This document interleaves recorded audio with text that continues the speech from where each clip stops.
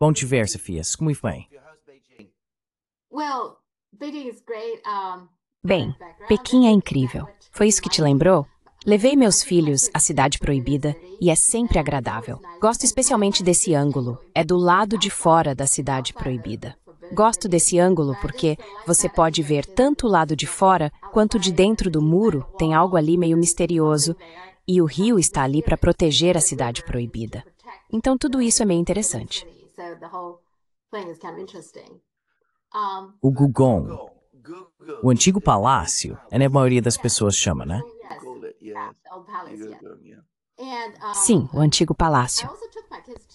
E também levei meus filhos para a província de Hunan, sabe, de onde o Mao Zedong é. Eu realmente visitei a cidade natal dele, as casas dele e tudo mais. O guia turístico nos disse que hoje em dia há mais pessoas interessadas em visitar esse lugar porque querem aprender mais sobre ele. Só queria confirmar com você. Eu sei que no Ocidente, eles retratam o Mao como um ditador horrível, o que é bem diferente de como ele é visto na China. Quanto mais a China se desenvolve, mais as pessoas dizem que a China de hoje não existiria sem ele, o que é verdade. Agora, ele não é perfeito. Ninguém é perfeito. Ele cometeu erros. A revolução cultural, o grande salto adiante, esses foram erros. Não quero minimizar esses erros, mas é verdade que a China de hoje não seria a China de hoje sem ele. Qual é a sua opinião sobre ele? Fico um pouco curioso.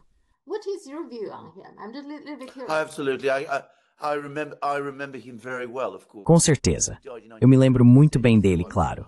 Ele morreu em 1976, então eu tinha 15 anos. Eu achava que ele era uma figura absolutamente titânica, e acho que ele salvou a China. Quando digo salvou a China, quero dizer que se você olhar o que a China passou, ele foi uma figura absolutamente heróica na resistência contra os japoneses. Acho que isso é algo que, novamente, no Ocidente, as pessoas simplesmente não valorizam. Que o Partido Comunista e o Exército de Libertação Popular que ele liderou foram o núcleo da resistência contra os japoneses. Porque, quero dizer, Chiang Kai-shek era tão corrupto e estava tão sob o controle dos britânicos, basicamente. Ele simplesmente não resistia aos japoneses. Estava muito mais interessado, na verdade, em lutar contra o Partido Comunista e o Exército de Libertação Popular do que em lutar contra os japoneses. Than he was in fighting the Japanese. So he played an absolutely fundamental role in all of this. Então, ele desempenhou um papel absolutamente fundamental em tudo isso. Depois, ele trouxe unidade e estabilidade para a China e para seu povo, algo que eles simplesmente não tinham há 100 anos ou mais. E ele devolveu o orgulho ao povo. Ou seja, ele criou o sistema de governo que existe até hoje na China. Toda a estrutura, ele deu unidade ao país. Mas talvez isso seja algo que as pessoas não se lembrem tão bem, mesmo na própria China. O puro sentimento de orgulho, finalmente, que o povo chinês voltou a ter pela China. O sentimento de que a China estava se reunindo novamente, tornando-se um país e voltando a ser um país forte.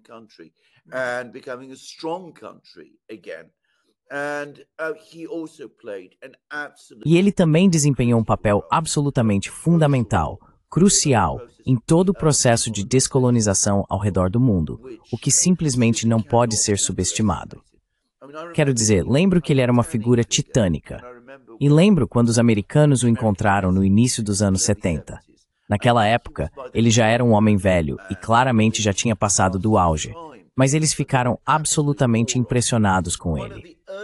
Uma das primeiras lembranças que tenho, aliás, de política, foi ir a um cinema em Atenas nos anos 60, deve ter sido em 1966, e ver um filme dele, naquela natação extraordinária no rio Yangtze, ou teria sido no Rio Amarelo?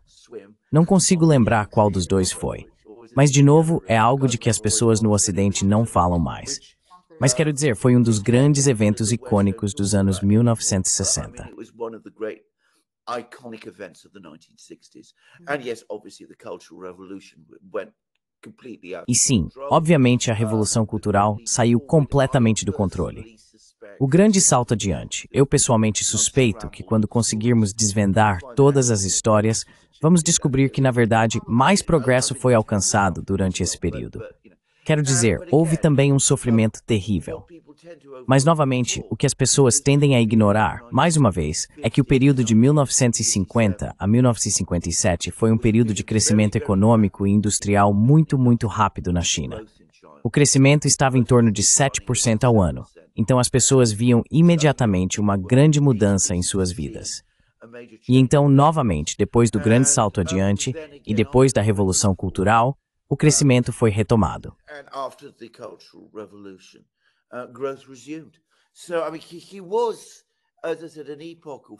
Então quero dizer, ele foi, como eu disse, uma figura de época.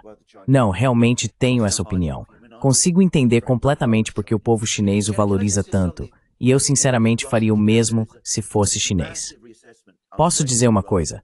Quero dizer, se você for à Rússia hoje, há uma reavaliação massiva em andamento sobre Joseph Stalin.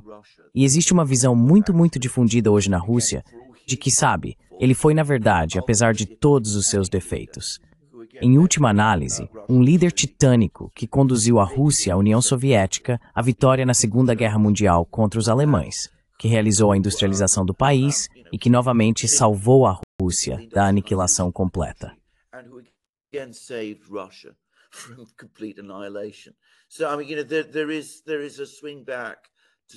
Então, há um retorno ao Stalin também. E eu não sei se você sabe, mas a cidade, que antes se chamava Stalingrado e depois virou Volgogrado, aparentemente quer voltar a se chamar Stalingrado novamente. E talvez você também ache interessante saber que na Rússia, eu vi isso enquanto estava lá, na verdade, em São Petersburgo, havia um pôster antigamente famoso de Stalin e Mao juntos, porque Mao foi à União Soviética e se encontrou com Stalin. Acho que foi em 1949. Mas de qualquer forma, há uma imagem dos dois juntos. Não é uma fotografia, é um pôster.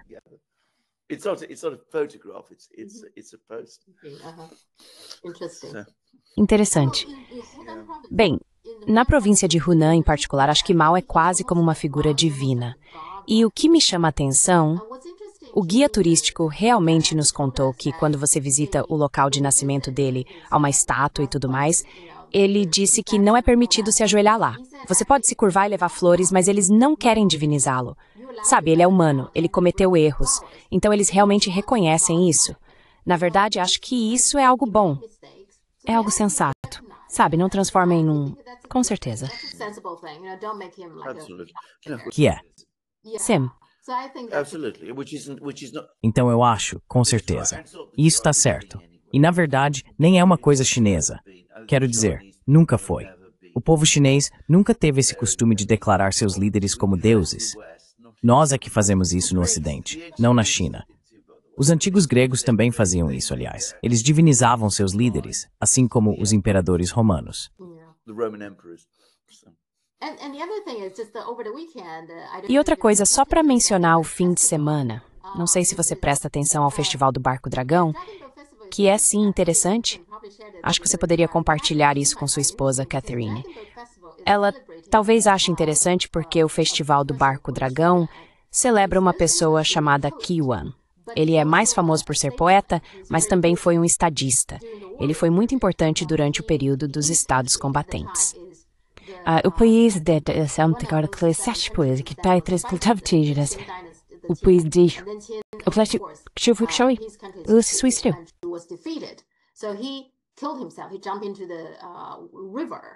ele se jogou no rio e tirou a própria vida por causa disso.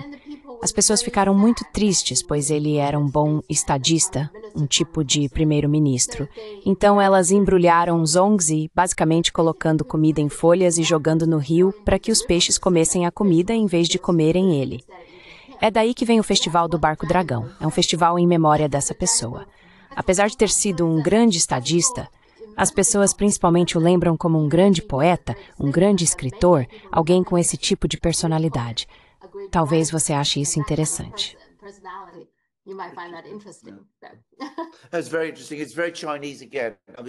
Isso é muito interessante. É algo muito chinês, novamente. Quero dizer, a China tem essas figuras culturais extraordinárias, que são tão importantes para o povo chinês. Não há nenhum análogo a isso no Ocidente, aliás. Se houver algum, o mais próximo seria Pushkin para os russos. Certo. Mas a China tem muito mais pessoas assim. Sim, a China tem muito mais pessoas assim, essas personalidades culturais extraordinárias que são vistas não apenas como estadistas, mas como construtores da civilização chinesa. Algo que o povo chinês leva muito a sério, e com razão, aliás.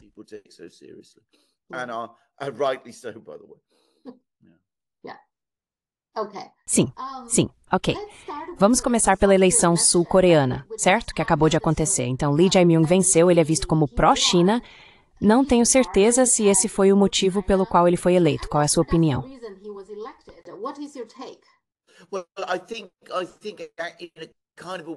Bem, eu acho que de certa forma provavelmente é, na verdade. A Coreia do Sul estava sob um regime associado ao líder anterior, aquele que já saiu, que realizou a tentativa de golpe e tudo mais, e que era muito, muito pró-americano.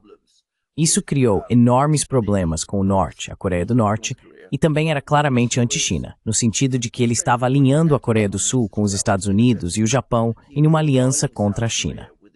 Porque no fim das contas, como eu disse, tudo se resume à China. Ele também estava fornecendo projéteis e armas para a Ucrânia lutar contra a Rússia, algo que irritou os russos, que até então tinham relações bastante boas com a Coreia do Sul.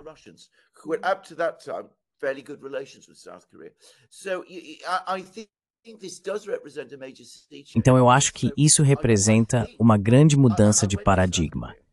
Eu fui à Coreia do Sul no início dos anos 2000, acho que foi em 2002, e fiquei impressionado com o quanto, mesmo naquela época, a influência da China já era muito forte. Quero dizer, a influência cultural da China estava em toda parte. Então, nem consigo imaginar como deve ser hoje. Deve ser algo absolutamente onipresente na Coreia do Sul. O que vimos foi uma tentativa de afastar a Coreia do Sul de seu curso e alinhamento naturais. E acredito que esta eleição reflete isso. A crise política mais profunda que vimos na Coreia do Sul provavelmente também reflete isso, já que houve uma tentativa de um governo pró-americano de afastar a Coreia do Sul de seus alinhamentos naturais.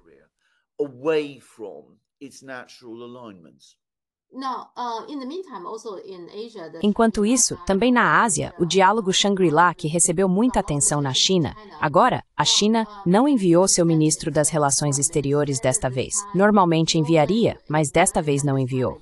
A China está insatisfeita com o diálogo Shangri-La há algum tempo, porque esse deveria ser um fórum para os países asiáticos discutirem defesa, sabe, para se comunicarem.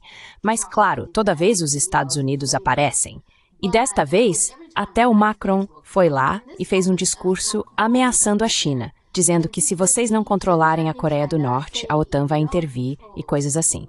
O que você acha disso? As pessoas não ficaram muito felizes com esse discurso.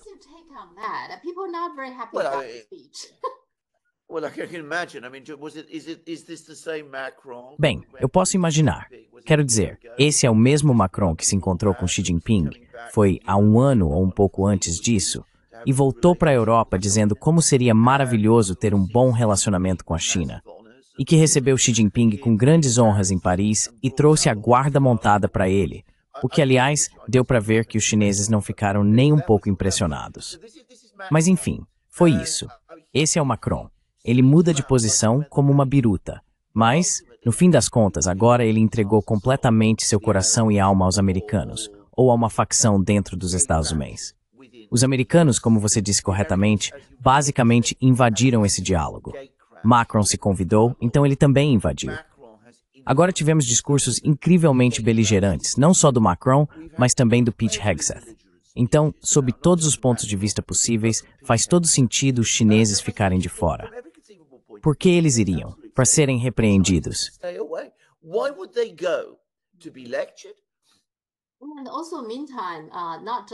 E também nesse meio tempo, não se trata apenas das ameaças verbais acaloradas ou trocas de farpas, mas também houve um exercício militar que os Estados Unidos realizaram pouco antes do diálogo de Shangri-La, o que na China foi interpretado como uma ameaça, como se fosse, antes de falarmos algo, vamos fazer alguns exercícios. Os Estados Unidos fizeram isso com as Filipinas, o Japão e a Coreia do Sul. Até mesmo o porta-aviões USS Nimitz, que deveria seguir para o Oriente Médio, voltou ao que parece, para participar desse exercício militar no Mar do Sul da China. E no meio de tudo isso, acho que no último fim de semana surgiu um boato. Ainda que eu não tenha visto nenhum relato no Ocidente, mas há um boato circulando fortemente na China de que a China teria abatido um F-35. Então tudo isso está meio que... Não, isso não foi noticiado no... Não, de forma alguma.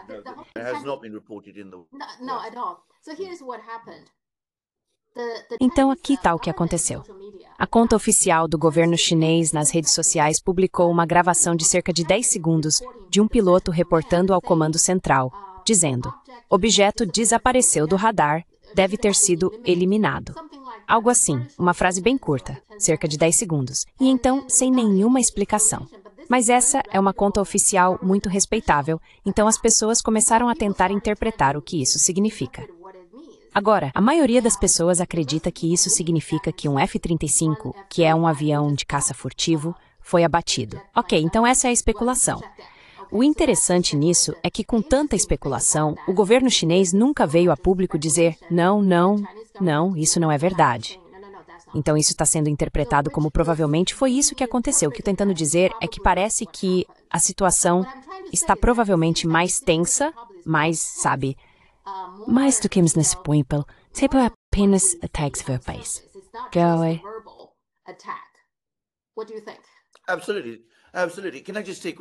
Com certeza. Com certeza. Posso só dizer algo rapidamente sobre isso? Quero dizer, isso não foi noticiado no Ocidente por razões muito, muito óbvias, especialmente se fosse um F-35. Isso seria extremamente alarmante, porque nos disseram repetidamente que esses aviões são invisíveis e os melhores caças do mundo. Eles não são, aliás. Mas enfim, essa é a história. Eu realmente sei bastante sobre incidentes como esse durante a Guerra Fria. E acontece que houve muitas tentativas dos americanos ao longo da Guerra Fria de invadir o espaço aéreo soviético. E vários caças e aeronaves americanas foram abatidos pelos soviéticos durante a Guerra Fria. Esses incidentes nunca foram noticiados, porque ambos os lados queriam evitar que surgisse um padrão de escalada a partir deles.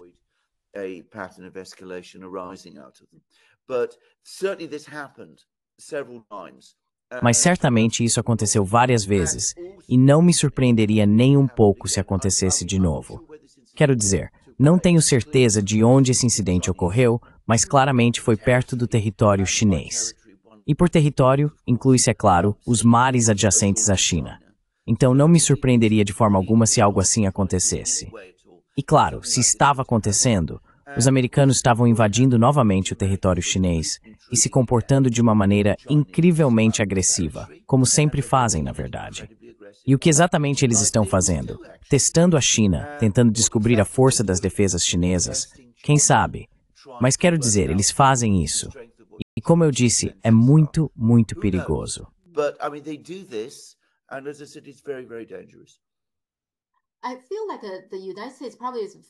Eu sinto que os Estados Unidos provavelmente estão frustrados agora. Porque, pelo que entendi, Pete Hecker foi para Shangri-La esperando se encontrar com o governo chinês, Dong Jun. Mas depois que ele saiu dos Estados Unidos, foi quando os chineses anunciaram que Dong Jun não iria. Em vez disso, eles enviaram alguém de uma universidade militar para estudar e observar a reunião, em vez de participar ativamente. Então ele ficou muito frustrado, imagino. E também, acho que há muitas outras coisas sobre as quais podemos falar depois, como comércio, que estão frustrando os Estados Unidos. Então, os Estados Unidos fazem o que podem, que é tentar mostrar sua força meio que intimidando de todas as formas, verbalmente e militarmente. Isso é o que mostra a frustração dos Estados Unidos.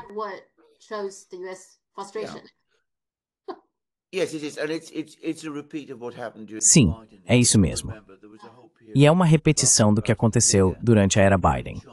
Se você se lembra, houve um período inteiro, que durou cerca de um ano, em que a China não se encontrava com autoridades dos Estados Unidos. E os americanos começaram a ficar cada vez mais preocupados, ansiosos e irritados com isso. Eventualmente, acho que foi o Jake Sullivan que conseguiu ir à China e finalmente quebrou o gelo. Mas acho que agora é a mesma coisa. Acho que a China basicamente se cansou. Eles passaram por guerras tarifárias. Eles sofreram ameaças.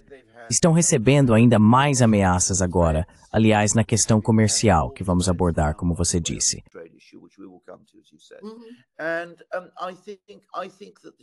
E eu acho que os chineses estão dizendo, olha, isso é inútil. Não faz sentido se reunir, sentar e conversar com essas pessoas quando estão sendo tão incrivelmente agressivas e rudes conosco. Se sentarmos para conversar com eles quando estão nesse tipo de humor, vamos voltar à situação em que eles falam conosco quando querem e são rudes conosco quando também querem. Eles nos dão lições, não ouvem e fazem o oposto do que dizem. Então, não há motivo para conduzir um diálogo quando os americanos estão nesse tipo de humor. E acho que é isso que estamos vendo no momento.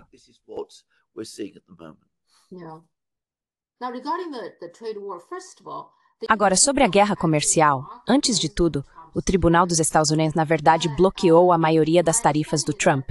Mas, pelo que entendi, como Trump está recorrendo e o Tribunal de Apelações concedeu uma suspensão, isso significa que essas tarifas ainda estão em vigor, mesmo que o tribunal tenha bloqueado a maioria delas.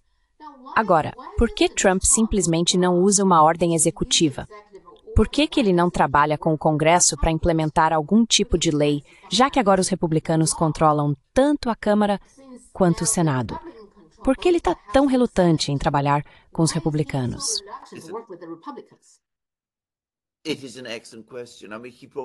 É uma excelente pergunta. Quero dizer, ele provavelmente percebe que no Senado, especialmente, nem todo senador republicano realmente gosta disso. Então acho que é basicamente sobre isso. Além disso, acho que o Trump é alguém que gosta de passar a impressão de ser o governante supremo, que está no controle total e pode fazer o que quiser. Acho que isso faz parte da autoimagem dele e faz parte da imagem que ele quer transmitir ao povo americano. Então, acho que existem esses dois lados nessa questão. Não acho que ele leve o Congresso muito a sério e não acho que ele queira de fato ter que negociar com pessoas do Congresso em questões como tarifas. E acho que esse é o motivo, na verdade.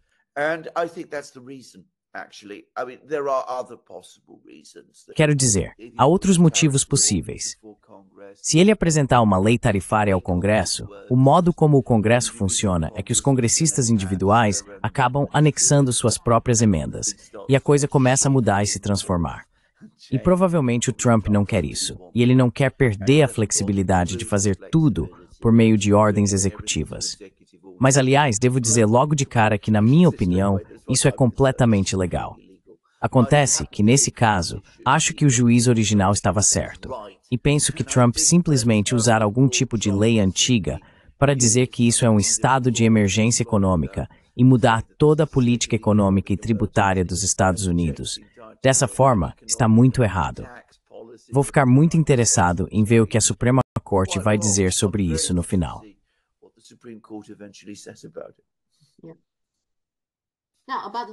Sim. Agora, sobre a guerra comercial entre os Estados Unidos e a China, não parece que as negociações estejam indo muito bem, certo? Depois dessa pausa que eles concordaram na Suíça, Trump suspendeu as vendas de motores de aviões civis e também suspendeu as vendas de mais semicondutores e outras tecnologias para a China. Ele também revogou os vistos de estudantes chineses. Acho que isso ainda não foi totalmente implementado, mas pelo menos essa é a intenção. E ele acusou a China de violar os termos do acordo comercial, pelo menos segundo Trump. Mas é claro, a China rejeitou isso, dizendo, não violamos nenhum termo. Vocês é que são os agressores.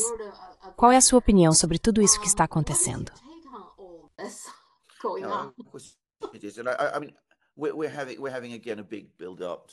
Estamos vendo novamente uma grande preparação para outro momento importante em que os Estados Unidos vão voltar a impor tarifas.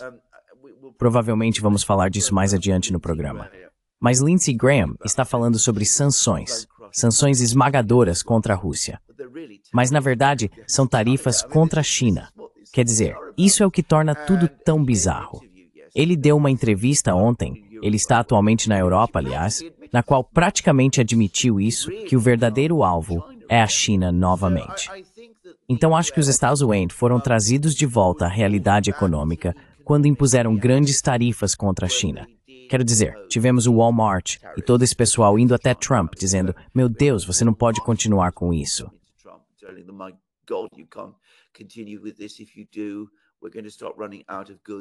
Se você fizer isso, vamos começar a ficar sem produtos nas lojas e coisas desse tipo. E eu acho que, por um breve momento, com Scott Bass e com o secretário do Tesouro dizendo ao Trump, olha, isso não é sustentável, e com problemas nos mercados de títulos e tudo mais, os americanos voltaram à razão. Mas o problema com os americanos é que quando as coisas se estabilizam, os que odeiam a China, para chamá-los pelo que realmente são, sempre voltam à ativa. Provavelmente estão dizendo ao Trump em particular, você nunca deveria ter feito aquelas concessões. Tínhamos os chineses onde queríamos. 9 milhões de empregos na China estão em risco. Fábricas estão fechando. A China estava prestes a colapsar. Gordon Chang está nos dizendo isso.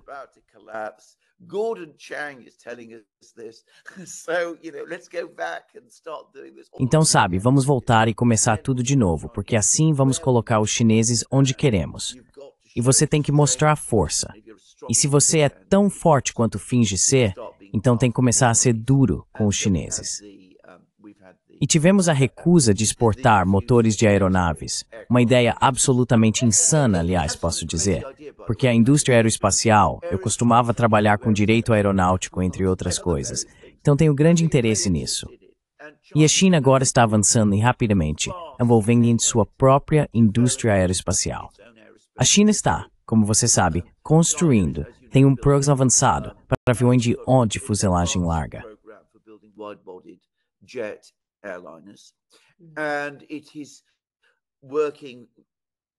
E está trabalhando muito e com sucesso para construir grandes motores turbofan de alto bypass.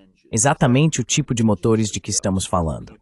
Aliás, os russos também estão se esforçando muito para construir grandes motores turbofan de alto bypass. E já fizeram isso no passado, então eles já dominam essa tecnologia. Mas o ponto é o seguinte. Você pensaria que a última coisa que os Estados Unidos gostariam de fazer seria estimular ainda mais a indústria de aviação civil da China, considerando quão importante a aviação civil tem sido historicamente, desde o fim da Segunda Guerra Mundial, para impulsionar o crescimento econômico dos Estados Unidos. Quero dizer, uma das poucas grandes exportações industriais do país tem sido aeronaves civis, além dos motores e da tecnologia associados a elas. And the engines and technology that go with that. Now, if China gets on top of this technology, Agora, se a China dominar essa tecnologia, o que acontecerá nos próximos 5 anos? Começaremos a ver grandes aeronaves chinesas, muito mais modernas do que os produtos que a Boeing fabrica. Grandes aeronaves chinesas com motores turbofan, de alto índice de derivação e alta eficiência surgindo. Então eles vão dominar o mercado. Os Estados Unidos vão perder esse enorme mercado chinês, que é extremamente importante para a Boeing e todos os seus parceiros. E também começará a especialmente na Ásia. Isso vai acontecer inevitavelmente. E claro, já perderam a Rússia por causa.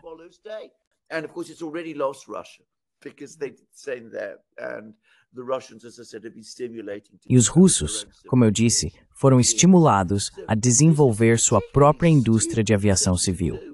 Então isso é uma coisa particularmente estúpida de se fazer, na verdade. Quero dizer, em alguns aspectos, é pior para os Estados Unidos do que o que fizeram com, você sabe, com chips. Porque a América não produz chips de ponta, então a China produz chips de ponta.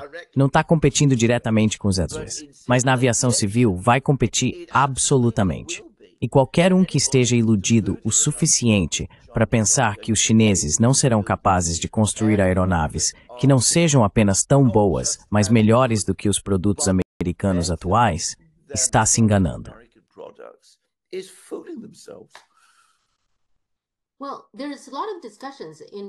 Bem, há muita discussão na China sobre por que a China não tem negociado ativamente com os Estados Unidos. Eu acho que alguns desses pontos realmente fazem muito sentido. Para que os dois lados tenham uma negociação significativa, ambos precisam ter algo que o outro lado queira e esteja disposto a ceder, certo? Então, o que os Estados querem da China? Os Estados já querem terras raras, que a China está controlando de forma muito rigorosa no momento. E, claro, querem que a China compre mais títulos do Tesouro, o que a China está cada vez mais relutante em fazer. Quero dizer, você acabou de falar sobre o mercado de títulos, certo? Então, não é só a China. A confiança no mercado de títulos em geral está diminuindo.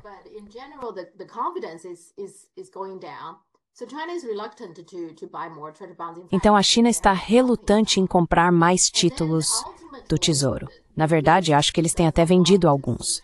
E no fim das contas, os Estados Unidos não querem ver a China continuar a se desenvolver. Mas isso não vai acontecer. A China vai continuar. Então você vê todas essas coisas que os Estados Unidos querem da China, eles não vão conseguir. E o que a China quer dos Estados Unidos?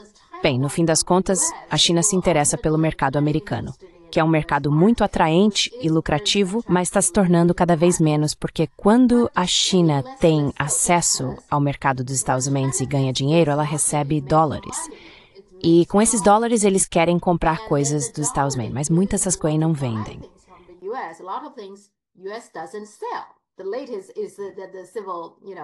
O exemplo mais recente são os motores de aviação civil. Então, mesmo que a China tenha dólares, ela não pode comprar coisas que os Estados Unidos poderiam vender, mas escolhem não vender. Ao mesmo tempo, os Estados Unidos querem que a China compre mais títulos do Tesouro, mas a China está cada vez menos interessada. Ou seja, os Estados Unidos realmente não têm muito do que a China quer, ou pelo menos não têm muito do que estão dispostos a oferecer. Você vê o problema. Agora, os dois lados, o cuidado tem e tem coisas que precisamos ter. E você tem coisas de que eu preciso, mas também não. Então, como negociar?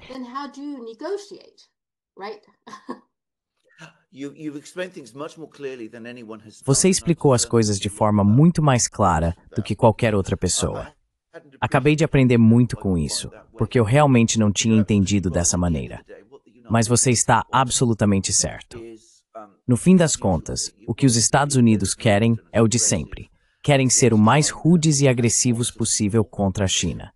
E, ao mesmo tempo, querem que os chineses continuem comprando títulos do Tesouro, porque, no fim das contas, é isso que os Estados Unidos querem que a China faça. Querem, basicamente, que os chineses enviem dinheiro para os Estados Unidos e, ao mesmo tempo, parem de competir com os Estados Unidos. Querem ter o melhor dos dois mundos. And eat it as well. You cannot possibly build an economic relationship in that. Usnoai, você não pode construir uma relação econômica dessa forma. Certamente não uma relação comercial dessa forma. E os americanos estão exagerando muito hoje a importância do seu mercado interno. Eles se convenceram de que por serem o maior mercado do mundo, e realmente são um mercado muito grande, se convenceram de que, como imaginam ser o maior mercado do mundo, todo mundo está na fila para vender coisas para eles e fará enormes concessões aos Estados Unidos para continuar fazendo isso. Suspeito que o maior mercado do mundo já seja a China, e vai ficar muito maior. É inevitável. Quero dizer, os chineses têm essas enormes economias. Sim. Eles produzem os melhores bens manufaturados do mundo. É lógico que vão comprar mais desses produtos. Quero dizer, isso vai acontecer inevitavelmente. E como apontei para alguém, sabe, eles podem ter fechado algumas fábricas e algumas pessoas podem ter perdido seus empregos e pode ser que chegue a 9 milhões. Mas são 9 milhões de um total de quanto é mesmo 1,4 bilhão de pessoas. Quero dizer, pode parecer muito nos Estados Unidos, mas uma economia com a escala da China e sua capacidade de adaptação vai conseguir se ajustar a isso muito, muito rapidamente.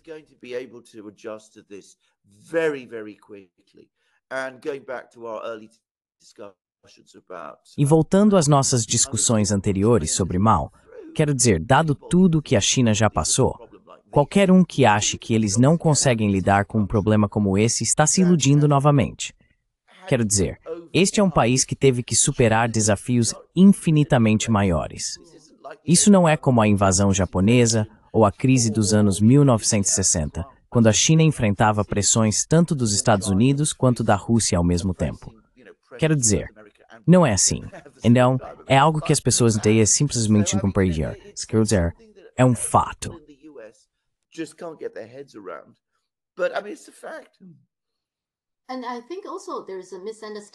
E eu também acho que há um mal-entendido nos Estados Unidos quando Trump diz que salvou milhões de empregos chineses ao suspender temporariamente as tarifas.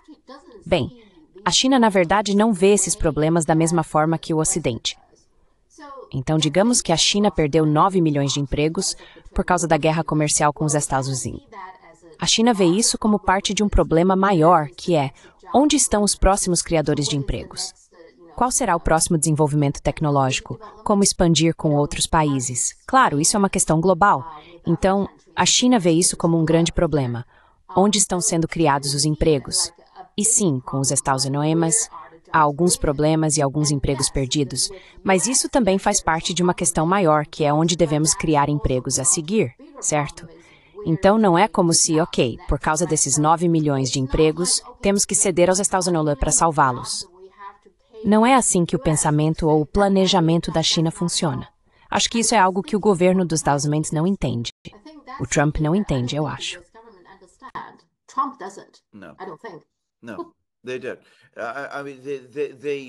Não, eles não têm.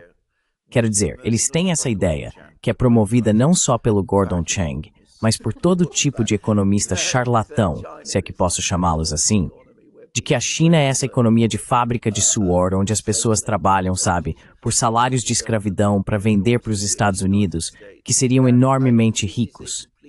E isso é uma compreensão completamente equivocada. Eu só estive na China uma vez, em 2017, aliás, e isso já faz alguns anos. Mas quero dizer, ficou imediatamente óbvio para mim naquela época que toda essa narrativa era absolutamente falsa.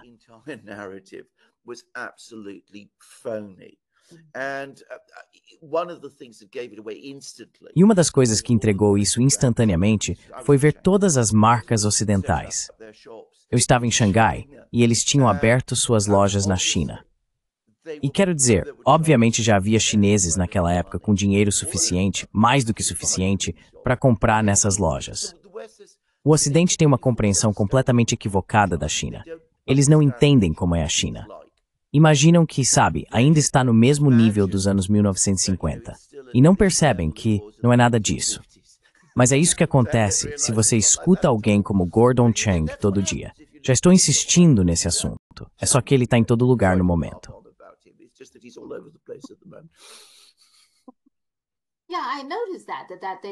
Sim, eu percebi isso.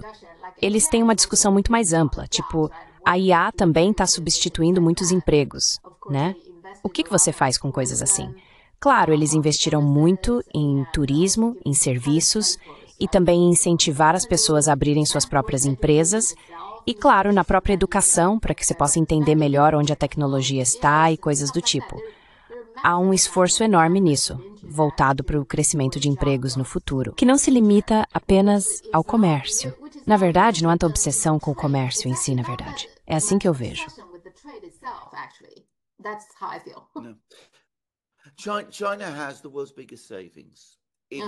A China tem as maiores reservas do mundo.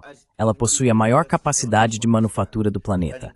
Agora, como até mesmo pessoas no Ocidente estão começando a perceber, é uma base científica e tecnológica incrivelmente, excepcionalmente grande que está na vanguarda.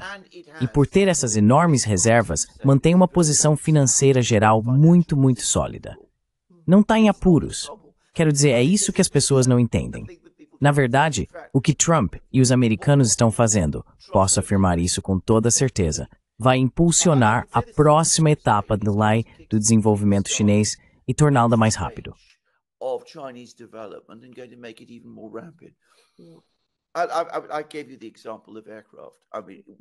Eu dei o exemplo das aeronaves.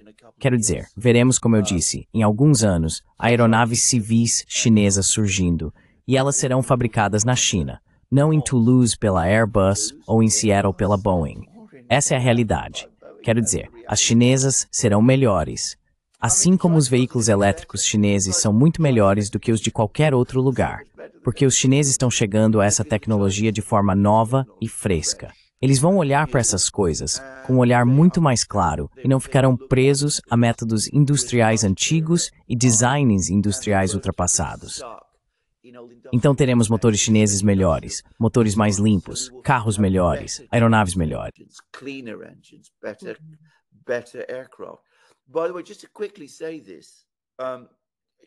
Aliás, só para dizer rapidamente, novamente eu disse que trabalhei com aeroespacial. De acordo com o que muitas pessoas pensam, o Ilyushin 96, que é a aeronave russa, é em alguns aspectos melhor do que os modelos americanos da Boeing, justamente por esse motivo, mesmo sendo baseado em tecnologias dos anos 1980.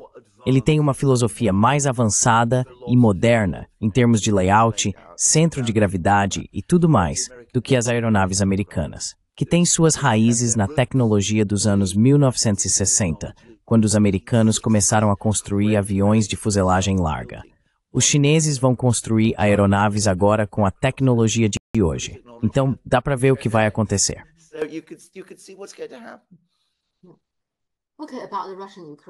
Certo. Sobre a incursão russa. Esse ataque com caminhão-drone no interior da Rússia chamou muita atenção, como você pode imaginar. Qual é a sua opinião sobre isso? É um ataque inteligente, mas muda alguma coisa?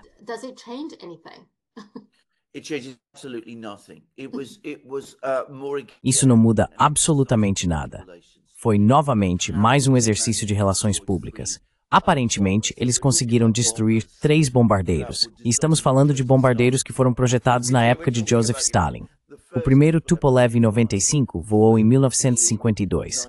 Sabe, eles são aeronaves poderosas e impressionantes. Quero dizer, se você olhar para eles, eu já vi, e vê-los voar, são máquinas extraordinárias. E ainda possuem o motor turbo-hélice mais potente do mundo. E fazem um barulho incrível, você pode ouvi-los a quilômetros de distância. O que, claro, já os torna bastante ineficientes como bombardeiros, só para constar. Quero dizer, eles certamente não são furtivos, nem de longe.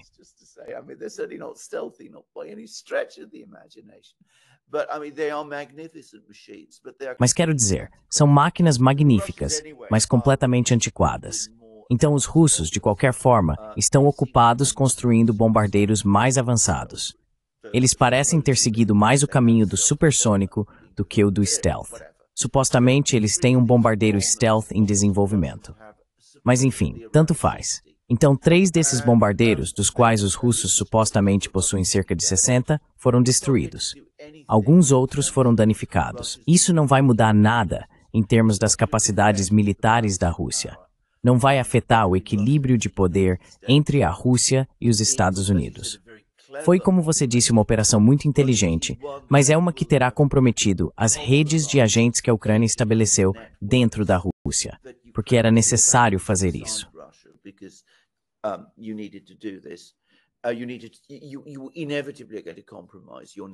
Você inevitavelmente vai comprometer suas redes para fazer isso. E isso não vai mudar o curso da guerra, nem vai alterar o equilíbrio estratégico. Isso faz parte do que a Ucrânia faz atualmente, que é tentar desviar a atenção das derrotas militares nas frentes de batalha por meio dessas ações de relações públicas, que é o que isso foi no fim das contas. Ataques à ponte ferroviária, a ponte entre a Rússia e a Crimeia, são outro exemplo. Nenhuma dessas ações muda, em última análise, o quadro geral. E elas não alteram a abordagem russa em relação à guerra, nem as estratégias diplomáticas da Rússia.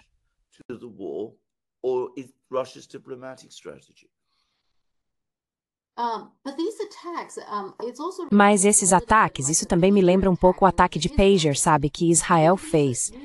Acho que esses ataques borram as linhas entre a zona de guerra e a frente doméstica. Além disso, eles borram as linhas entre guerra e ataques terroristas, não é? Então, nesse sentido, é meio assustador, você não acha? É.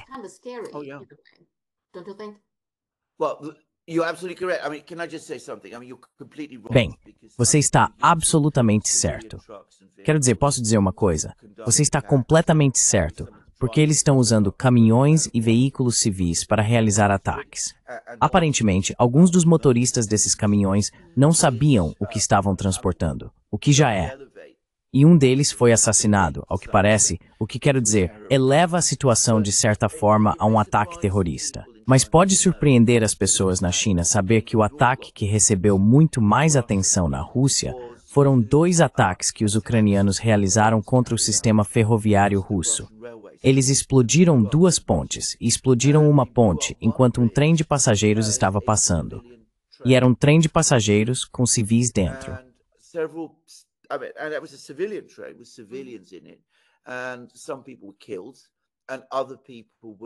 E algumas pessoas foram mortas e outras ficaram feridas.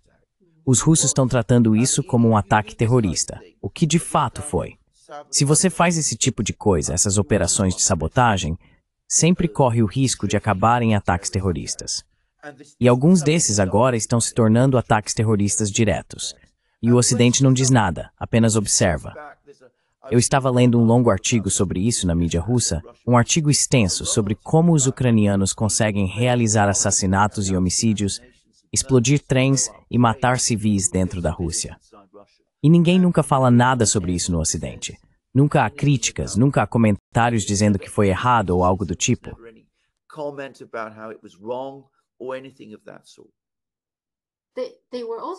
Eles também estavam tentando assassinar o Putin, certo? Ele estava voando e então enviaram drones enormes tentando atacar o avião dele, não é? Mas eles precisam entender que se tivessem sucesso, isso seria o fim da Ucrânia. Eles entendem isso?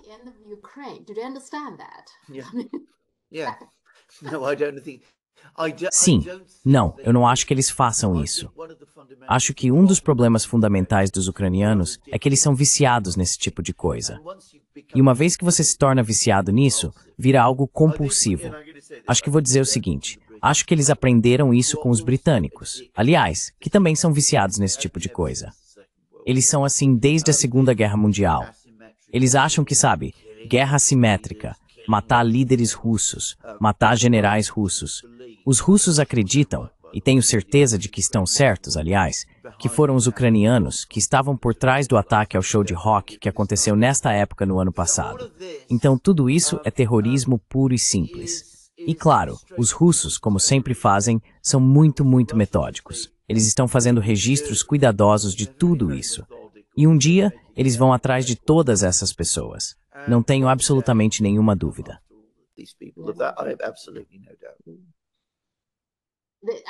Eu não acho que eles entendem que o problema não é o Putin, certo?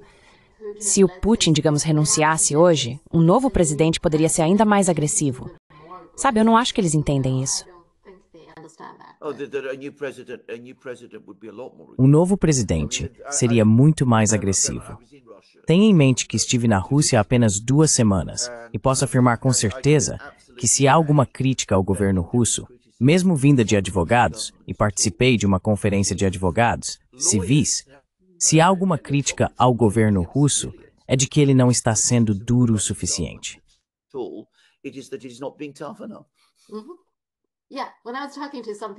Sim, quando conversei com algumas pessoas aqui, sabe, motoristas de táxi, se há alguma crítica ao governo chinês é porque ainda não retomaram Taiwan, sabe, militarmente.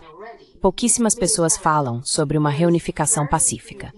Acho que Xi Jinping provavelmente faz parte da minoria nesse aspecto.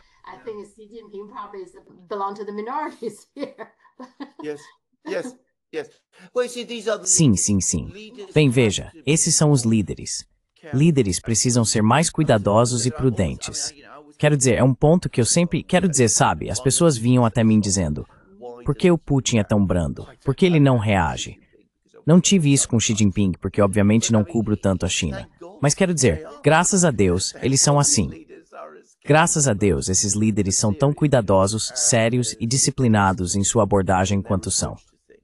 Imagine se fossem como Biden ou Trump, onde estaríamos? Provavelmente já estaríamos mortos.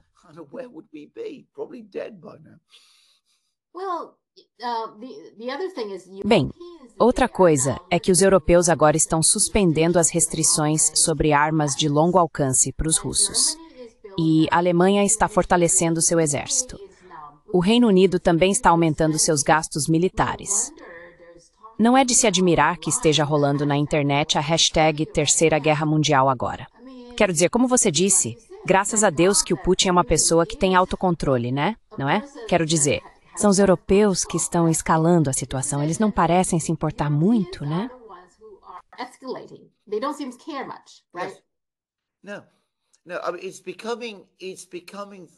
Não. Isso está se tornando o princípio organizador na política europeia. Não há muito mais além disso. Nossas economias estão todas em má situação, algumas mais do que outras. Mas a economia da Alemanha está em situação muito ruim, e eu conheço bem a Alemanha. A economia do Reino Unido, que obviamente conheço muito bem, está em situação muito ruim. Os governos são impopulares, eles sentem que o apoio das populações que governam está diminuindo. Então, Como eles mantêm tudo unido? Falam sobre a ameaça do leste. Falam sobre, você sabe, o longo braço de Moscou que vai vir e tomar conta de Edimburgo, suponho, ou de Sheffield. Edinburgh, I suppose, or Sheffield. I'm not quite sure why the Russians would want to go there, but anyway. Não tenho certeza do motivo pelo qual os russos gostariam de ir lá. Mas, de qualquer forma, existe essa narrativa interminável sendo construída. E, claro, você pode usá-la para atacar qualquer líder político que de alguma forma seja dissidente, porque você diz que ele está sendo conivente com a Rússia, que é um apologista da Rússia, um apologista de Putin. Dizem o mesmo sobre pessoas que são simpáticas à China. Então está se tornando cada vez mais, e isso é algo muito perigoso, aliás, está se tornando o princípio organizador da nossa política. E, na minha opinião, isso é mais importante do que se o rearmamento de fato vai acontecer. Whether the actual rearmament even happens. The British government has released 35,000. O governo britânico divulgou uma revisão estratégica de defesa com 35 mil palavras. 35 mil palavras nem é tanto assim, aliás. Eu li. É incrivelmente vaga, totalmente carente de qualquer substância real e concreta. Se você procura um plano de fato sobre como desenvolver uma base industrial, como fabricar armas, que tipo de armas são necessárias, não há nada disso. Quero dizer, os chineses que lessem isso ficariam perplexos, eu acho. Esta cortou a defesa. Mas o que ele faz claro é amplificar sobre a ameaça da Rússia. E esse é o propósito.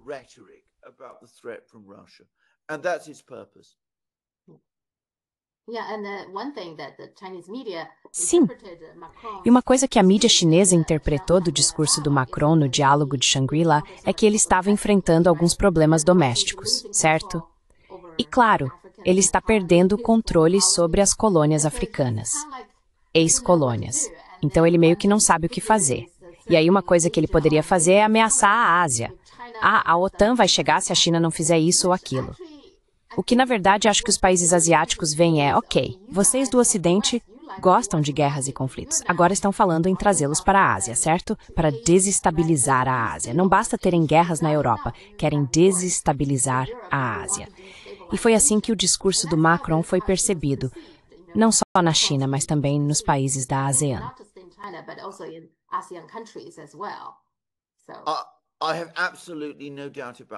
Então, eu não tenho absolutamente nenhuma dúvida sobre isso.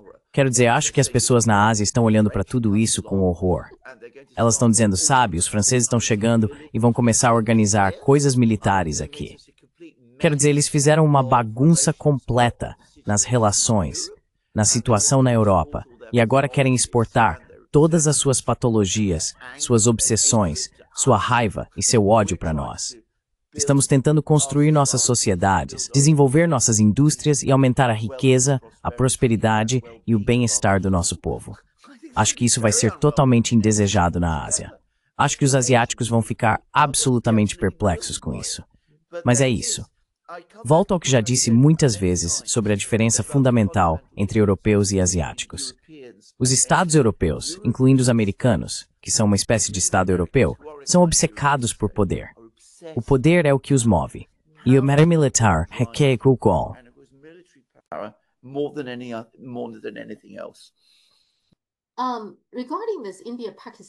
Sobre essa situação entre Índia e Paquistão, o interessante é que o New York Times publicou um artigo intitulado Como a mídia indiana amplifica falsidades em um ritmo de guerra. O subtítulo é: Durante um conflito entre Índia e Paquistão, até alguns veículos tradicionalmente confiáveis divulgaram informações não verificadas e histórias fabricadas. Então, não é uma matéria muito lisonjeira sobre Modi e a mídia indiana. É verdade que a mídia indiana não fala muito sobre os caças que foram abatidos. Eles até comemoram isso como se fosse algum tipo de vitória, o que me deixa perplexo. Mas não é só isso. A Índia também enviou delegações para diferentes países. Supostamente, eles estavam tentando obter apoio para o combate ao terrorismo. Tolerância zero ao terrorismo, como parte dos esforços da Índia. Mas, na realidade, parecia que estavam tentando convencer as pessoas de que venceram a guerra de alguma forma. Agora, qual é a sua opinião sobre isso? Por que é tão importante para Modi fazer tanto alarde e até falsificar algumas informações, principalmente para o público interno?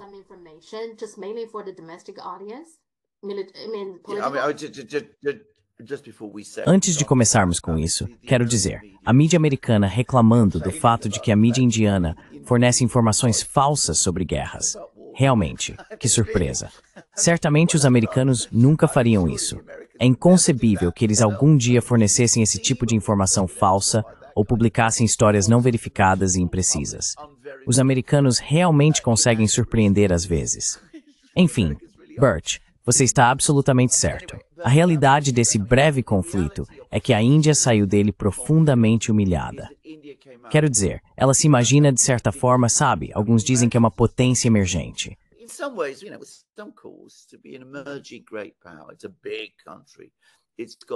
É um país grande, tem uma grande economia, e os indianos, na minha opinião, se adiantaram demais em relação à própria percepção.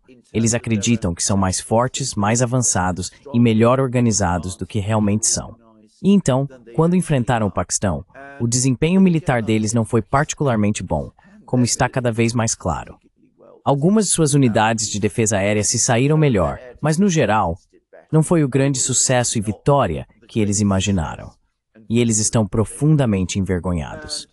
É por isso que estão tentando compensar demais, fingindo que conquistaram uma grande vitória, quando na verdade não conquistaram.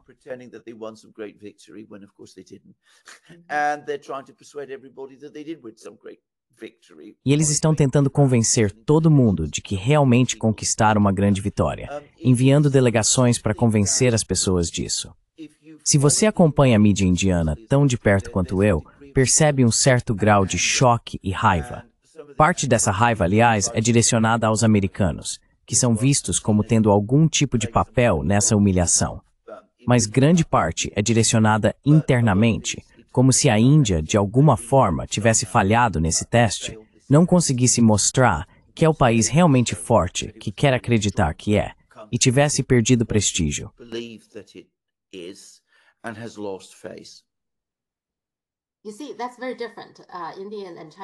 Veja, isso é muito diferente. Índia e China estão lidando com isso de maneiras muito distintas. Em 2001, houve um caça chinês que colidiu com uma aeronave de vigilância dos estadunidenses no Mar do Sul da China. O piloto morreu nesse incidente. Mas antes de morrer, houve uma gravação dele falando com o Comando Central. Nessa gravação, ele disse algo como, "Não vou conseguir sair dessa." Essa gravação foi repetidamente exibida na mídia chinesa, mídia oficial, redes sociais, em todo lugar. Veja, a China está usando esse tipo de oportunidade para motivar as pessoas.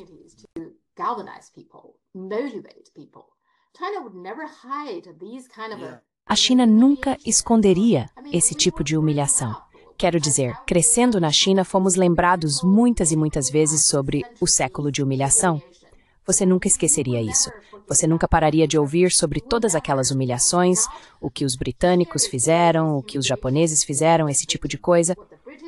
Agora, acho que nesse caso, a Índia deveria dizer às pessoas, ainda estamos muito longe, ainda estamos muito atrás, precisamos trabalhar mais, sabe? Coisas assim.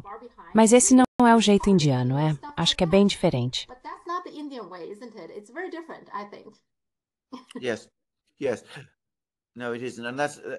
Sim, sim.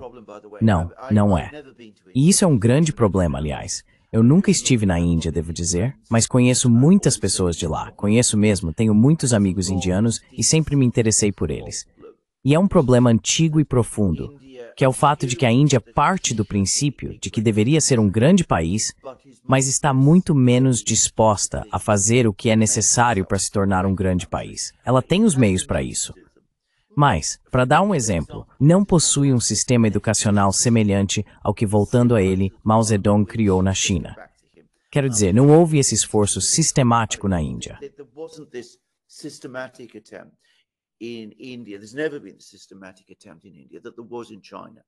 Nunca houve uma tentativa sistemática na Índia, como houve na China após 1949, de promover alfabetização universal no país, de criar universidades fortes, de desenvolver uma classe tecnológica e de engenharia industrial robusta, ou de formar gestores que sejam bons em administrar grandes projetos.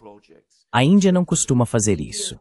E se você conhece algo sobre o sistema educacional indiano, Sabe que no topo, ele ainda é muito influenciado pelos britânicos. Assim, existem essas escolas extremamente caras e altamente privilegiadas, modeladas segundo as escolas públicas inglesas, que são aquelas para as quais a elite indiana envia seus filhos.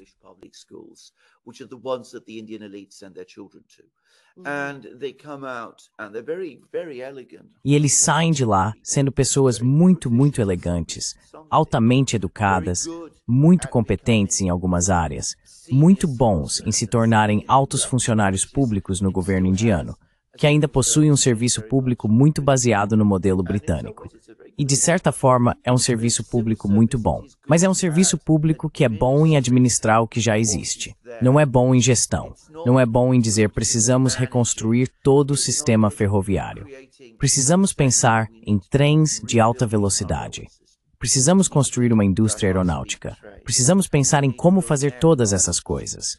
Isso não é o que os indianos fazem. Vou dar outro exemplo, que é novamente algo sobre o qual sei um pouco.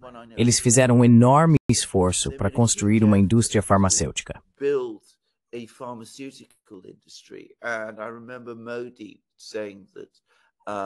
E eu me lembro do Modi dizendo que a Índia era a farmácia do mundo, como ele dizia durante a Covid. O que ele não contou às pessoas é que, claro, todos esses medicamentos são produzidos por empresas de outros países na Índia. E são, em grande parte, medicamentos de menor valor agregado. Quero dizer, eles ainda não desenvolveram seus próprios medicamentos mais avançados ou coisas desse tipo. Então, a Índia precisa sair dessa situação. Ela precisa ser muito mais intencional na forma como constrói sua economia. E receio que isso não esteja acontecendo. E acho que o fato de ter passado por um período de distorções, muitos dos problemas subjacentes não estão desaparecendo.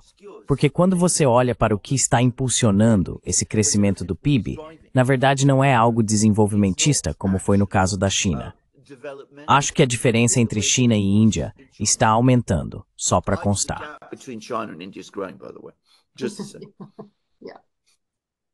Sim. Certo. O Oriente Médio, os oficiais iranianos disseram que a proposta nuclear dos Estados Unidos é incoerente e desconexa, e eles temem que o ímpeto esteja desmoronando. Então, o que você acha que está acontecendo lá?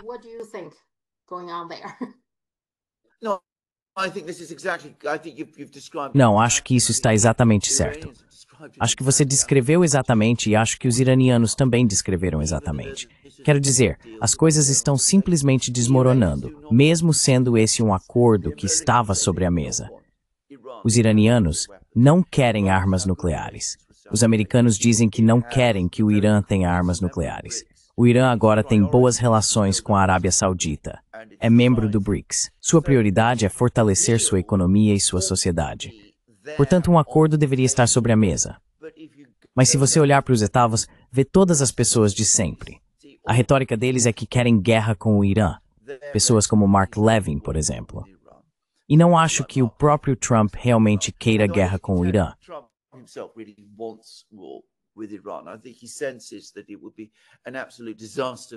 Acho que ele percebe que seria um desastre absoluto para os Estados Unidos se o país fosse envolvido em outra guerra com o Irã.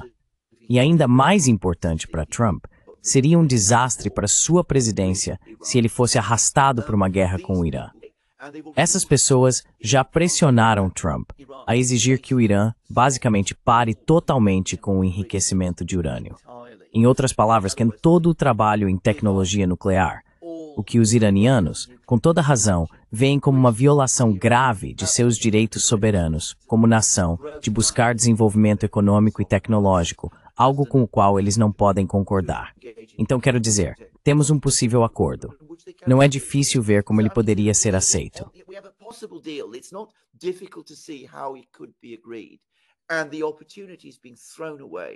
E a oportunidade está sendo desperdiçada, porque algumas pessoas nos Estados Unidos simplesmente não conseguem aceitar que um acordo desse tipo faz mais sentido para os Estados Unidos. Você já ouviu o Mark Levin? Digo, menciono ele porque entendo que talvez ele seja a pessoa mais visível. Mas a forma como ele fala sobre o Irã não é apenas irracional. Mas sabe, o que os iranianos disseram sobre ser incoerente, a aversão dele ao Irã é expressa de maneiras que são praticamente incoerentes. Quero dizer, ele fala de um jeito que, quero dizer, a linguagem dele.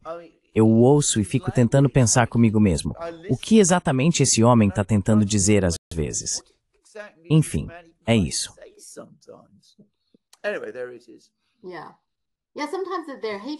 Sim, sim. Às vezes o ódio deles os levou a perder o controle, sabe? Acho que eles perderam a noção das coisas. Sim, concordo. Sim. A Greta Thunberg, faz um tempo que não ouvimos falar dela, né? O Ocidente parece ter perdido o interesse nela. Mas, recentemente, ela se juntou a um navio que está indo para Gaza, com acho que outras 11 pessoas, incluindo um ator. E, ok, o objetivo deles é romper o bloqueio israelense à ajuda para Gaza. Acho que é uma coisa boa. Mas também acho que é meio tarde. Ela poderia ter feito isso antes. Mas, de qualquer forma, aqui está o artigo de opinião do Telegraph, ou posso chamar de artigo de ataque. O título é "O narcisismo de Greta Thunberg atingiu níveis assustadores". Então, por um lado, pessoalmente acho que é uma coisa boa, mas é meio tarde. Mas também, será que podemos dizer que o Ocidente meio que perdeu o encanto pela Greta Thunberg agora?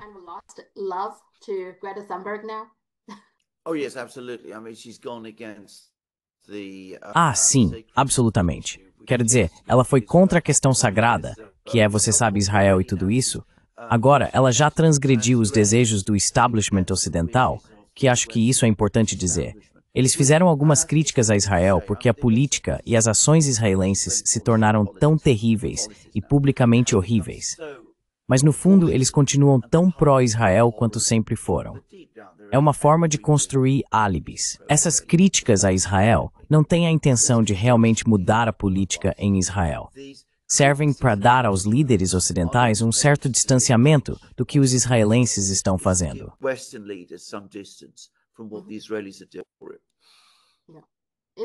Em outras palavras, provavelmente não faz muita diferença, certo?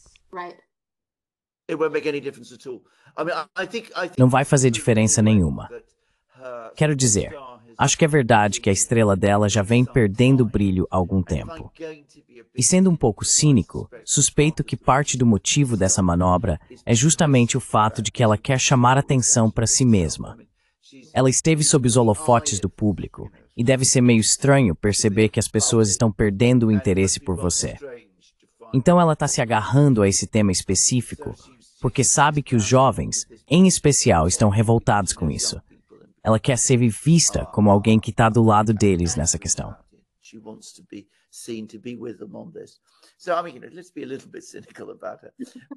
Então quero dizer, vamos ser um pouco cínicos sobre isso. Mas absolutamente isso não vai fazer a menor diferença. A política ocidental no Oriente Médio é uma catástrofe. É uma catástrofe moral. As pessoas na China, o povo chinês, da próxima vez que algum oficial americano, britânico, francês ou alemão ou alguém da União Europeia aparecer e começar a falar sobre os uigures, eles deveriam simplesmente mostrar fotos, mostrar as imagens do que está acontecendo em Gaza e dizer: é você, isso é você.